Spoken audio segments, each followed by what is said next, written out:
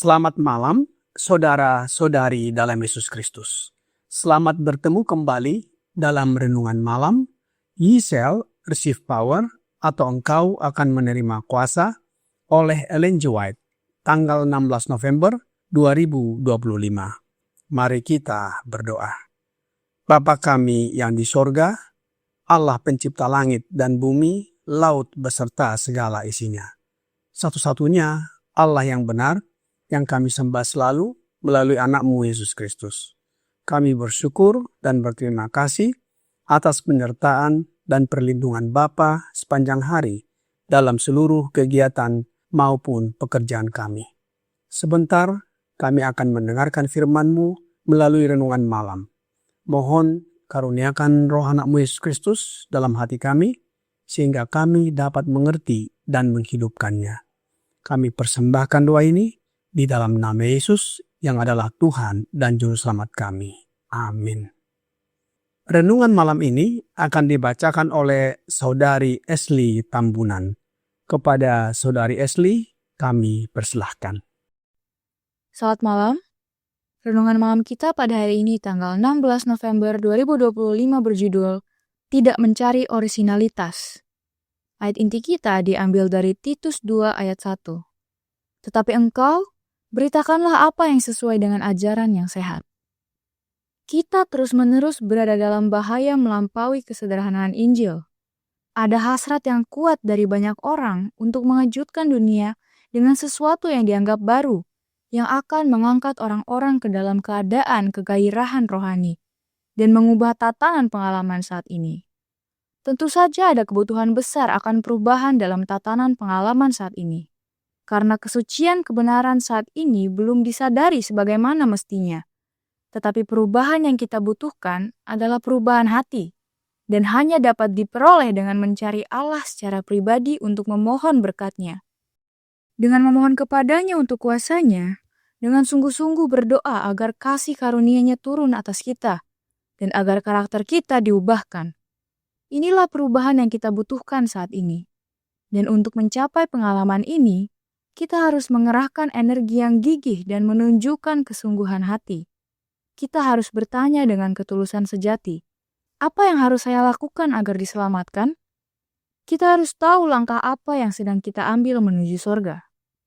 Kristus memberikan kepada murid-muridnya kebenaran-kebenaran yang luas, dalamnya dan nilainya jarang mereka hargai, atau bahkan pahami, dan kondisi yang sama terjadi di antara umat Allah saat ini. Kita juga telah gagal menghayati keagungan, keindahan kebenaran yang telah Allah percayakan kepada kita saat ini. Jika kita maju dalam pengetahuan rohani, kita akan melihat kebenaran berkembang dan meluas dalam hal-hal yang jarang kita bayangkan. Tetapi kebenaran itu tidak akan pernah berkembang dalam hal apapun yang akan membuat kita membayangkan bahwa kita dapat mengetahui masa dan waktu yang telah ditetapkan Bapa dalam kuasa-Nya sendiri. Berkali-kali saya telah diperingatkan tentang penentuan waktu. Tidak akan pernah ada lagi pesan bagi umat Allah yang didasarkan pada waktu. Kita tidak boleh mengetahui waktu yang pasti, baik untuk pencurahan Roh Kudus maupun untuk kedatangan Kristus. Dikutip dari The Review and Herald, 22 Maret 1892. Terima kasih atas penata layanan Saudari Ashley. Tuhan Yesus memberkati. Judul renungan malam ini, Tidak Mencari Orisinalitas, adalah penolakan terhadap keinginan untuk menciptakan sensasi, mengajarkan doktrin yang baru, atau spekulatif. atau juga menggunakan metode yang berlebihan demi menarik perhatian, yang semuanya mengalihkan fokus dari kesederhanaan dan kedalaman Injil yang sudah diilhamkan atau diwahyukan. Ayat inti renungan malam ini di dalam Titus 2 ayat 1, Rasul Paulus memberikan nasihat. Tetapi engkau beritakanlah apa yang sesuai dengan ajaran yang sehat. Ini adalah panggilan untuk kembali kepada ajaran yang sehat, yang menghasilkan perubahan hati dan karakter. Alih-alih kegairahan emosional atau kegairahan rohani buatan yang hanyalah emosional sesaat dan cepat berlalu. Hal seperti ini terjadi di zaman kita sekarang ini. Ada bahaya, yaitu hasrat untuk melampaui kesederhanaan Injil dan membuat kerumitan, sehingga merupakan perangkap orisinalitas untuk menciptakan sensasi dan mengajarkan doktrin yang baru atau spekulatif. Mengapa hal ini dilakukan? Untuk menarik perhatian dan menonjolkan diri para orator atau pembicara atau pengajarnya. Orisinalitas ini adalah ajaran dunia dan ajaran yang tidak sehat. Rasul Paulus menuliskan ke jemaat Roma agar tidak menjadi sama dengan dunia ini. Roma 12 ayat 2 berkata, "Janganlah kamu menjadi serupa dengan dunia ini, tetapi berubahlah oleh pembaharuan budimu, sehingga kamu dapat membedakan manakah kehendak Allah, apa yang baik, yang berkenan kepada Allah, dan yang sempurna." Perubahan datang dari pencarian Allah secara pribadi dengan energi yang gigih dan sungguh-sungguh, bukan dari pengalaman kelompok yang didorong oleh sensasi. Apakah ada contoh dari mencari orisinalitas sekarang ini? Tentu ada, yaitu tentang penentuan waktu. Penentuan waktu dalam hal apa? Dalam renungan malam ini, di dalam Yesel Receive Power 329, paragraf 4 berkata, "Berkali-kali saya telah diperingatkan tentang penentuan waktu. Tidak akan pernah ada lagi pesan bagi umat Allah yang didasarkan pada waktu. Kita tidak boleh mengetahui waktu yang pasti, baik untuk pencurahan Roh Kudus maupun untuk kedatangan Kristus." Mengapa kita tidak boleh mengetahui waktu yang pasti, baik untuk pencurahan Roh Kudus maupun untuk kedatangan Kristus? Saudara-saudari dalam Yesus Kristus, kita tidak diizinkan oleh Allah untuk mengetahui waktu yang pasti, hari dan jam pencurahan Roh Kudus dalam kepenuhannya, yang kita sebut dalam pelajaran sebelumnya adalah sebagai hujan akhir, maupun untuk kedatangan Kristus yang kedua kali, karena pengetahuan tersebut akan disalahgunakan dan menghambat persiapan rohani yang murni atau sejati.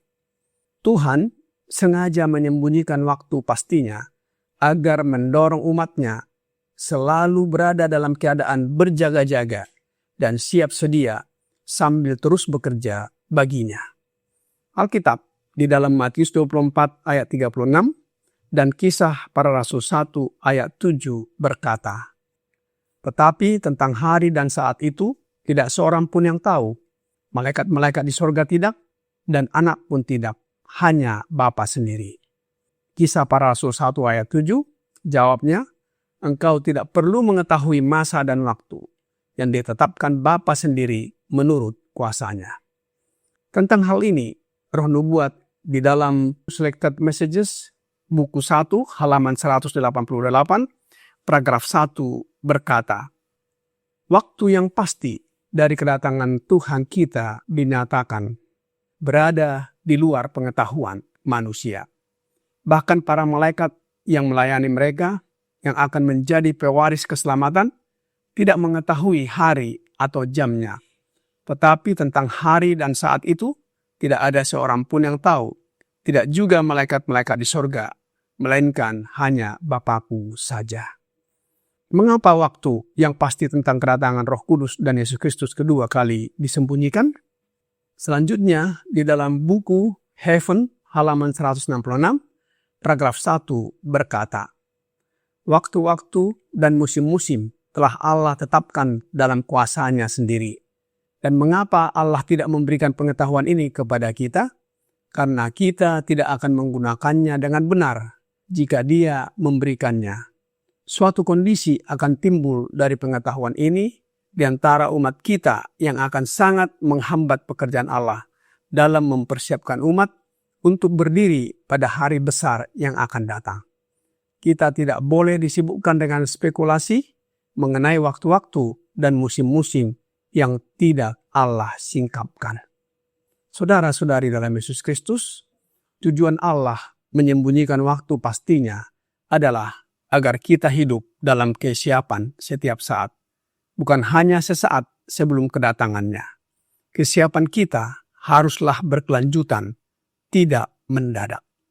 Fokus kita adalah pada karakter, bukan hanya pada ajaran.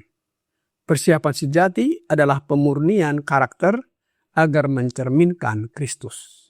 Di dalam buku Christ in His Century, halaman 187, paragraf 1 berkata, "Pekerjaan persiapan adalah pekerjaan individu. Kita tidak diselamatkan dalam kelompok. Kemurnian dan pengabdian seseorang tidak akan menutupi kekurangan kualitas ini pada orang lain. Meskipun semua bangsa harus diadili di hadapan Allah, Dia akan memeriksa kasus setiap individu dengan pemeriksaan yang cermat dan teliti. Seolah-olah tidak ada makhluk lain di bumi. Setiap orang harus diuji dan ditemukan tanpa cacat atau kerut atau hal-hal semacam itu." Saudara-saudari dalam Yesus Kristus, kebenaran dalam firman Tuhan sudah luas dan cukup. Mencari orisinalitas menyiratkan bahwa kebenaran yang diberikan Tuhan tidak memadai. Orisinalitas sejati bagi seorang Kristen adalah karakter yang diubahkan, yang mencerminkan Kristus melalui kesederhanaan Injil, bukan penemuan doktrin yang mencengangkan atau mengejutkan. Kiranya renungan malam ini membawa pembaharuan bagi kita. Tuhan Yesus memberkati. Mari kita berdoa. Bapa kami yang di sorga, terima kasih atas firman yang sudah kami dengarkan malam ini. Tolonglah kami agar tidak mencari orisinalitas, sesuatu yang mengejutkan atau belum pernah didengar, yang dapat membawa orang pada kegairahan rohani yang dangkal. Biarlah kami dengan tekun berdoa, berjaga, dan mempelajari firman-Mu. Mohon curahkan Roh Yesus Kristus dalam hati kami, agar hidup dan karakter kami diubahkan sesuai dengan hidup dan karakter Yesus. Mohon ampuni kami atas pelanggaran dan dosa yang kami perbuat. Kami persembahkan doa ini hanya melalui Yesus Kristus yang adalah Tuhan dan Juru Selamat kami. Amin.